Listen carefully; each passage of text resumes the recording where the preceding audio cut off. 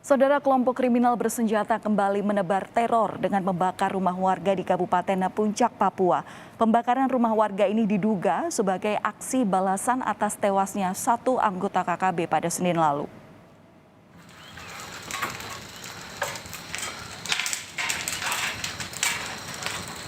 Pembakaran rumah warga di Kampung Kimak, Distrik Ilaga, Kabupaten Puncak, Papua dilakukan KKB sejak hari Selasa sore kemarin.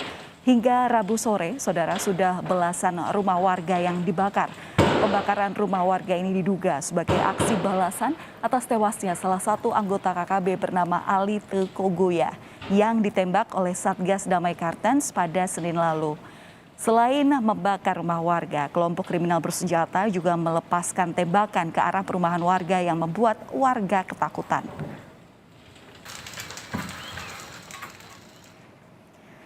Akibat tembakan dan pembakaran oleh KKB, warga di Kampung Kimak memilih untuk mengamankan diri ke Polres dan Koramil di Kota Ilaga. Hingga Rabu malam, personel gabungan TNI Polri disiagakan di sejumlah titik untuk mengantisipasi kelompok kriminal bersenjata masuk ke Kota Ilaga.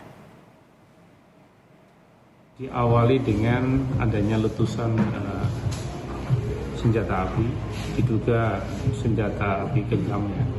Itu sampai 3 kali. Mereka apakah memberikan sandi atau apa, namun termonitor dari pos dan Polres di sana ternyata tidak lama kemudian terlihatlah kobaran api yang membakar rumah EYT. Nah, di rekan-rekan kami pasca kejadian itu langsung dengan melihat situasi dan kondisi merapat ke sana dan melakukan evakuasi kurang lebih sekitar 12 warga.